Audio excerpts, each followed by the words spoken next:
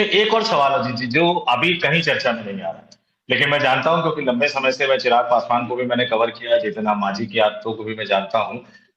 ये वो दल थे, चाहे वो जीतन राम मांझी हो, चाहे वो चिराग पासवान हो या उपेंद्र कुशवाहा हो, बिहार विधानसभा चुनाव के दौरान सबसे पहले नीतीश कुमार को मुख्यमंत्री बनाने की बात ये लोग कर रहे थे। बीजेपी ने कभी नहीं कहा। अब जो नीतीश कुमार से काम करवा लेते थे, क्योंकि बड़े एक, चाहे वो चिराग पासवान हो या उनके जीजा जी हो जो कि चीफ विप है, चाहे वो जीतन राम मांझी हो या उनके बेटे जो कि बिहार सरकार में मंत्री है, उपेंद्र कुशवाहा के बेटे, अब ये कह रहे हैं कि भैया बीजेपी का मुख्यमंत्री मतलब सब कुछ ठप।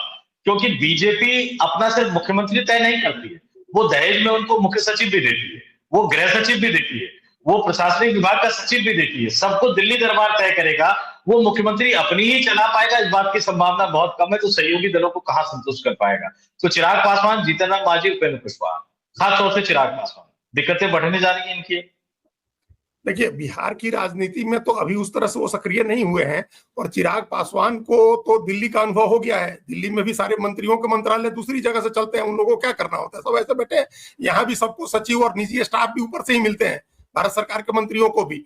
तो अब यही मॉडल बिहार में चलेगा। भाई साहब लोग बैठे होंगे, आरएसएस का आदमी होगा, ये मैसेज दिया जाएगा कि आप अपना निजी स्टाफ भी इनको रखिए, सब ऐसे ही बनेगा। वो एक अभी जो फ्री फॉर ऑल था कि सब आदमी इंडिपेंडेंट हो गया था पिछले 2-3 साल से। पहले नीतीश कुमार भी इसी तरह से आयरन हैंड से कंट्रोल करते थे, उन्हीं के सचिव सब जगह बैठे होते थे, कोई मंत्री अपने हिसाब से काम नहीं कर पाता था।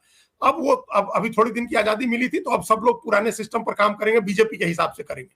चिराग पासवान के लिए अब मुश्किल ये हो गई कि जब तक नीतीश कुमार थे और ये लग रहा था कि रीजनल पार्टीज का कुछ मजबूती बिहार में रहेगी, तब तक उनके मुख्यमंत्री बनने की संभावना रहती थी हमेशा।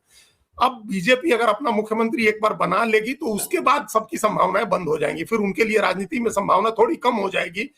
अगर हमने कहा जैसे पहले अगर नीतीश कुमार का वो मानसिक स्थिति सही रहती और तेजस्वी यादव बहुत अच्छा राजनीति करने वाले होते, तो चिराग पासवान अभी ही मुख्यमंत्री बन जाते।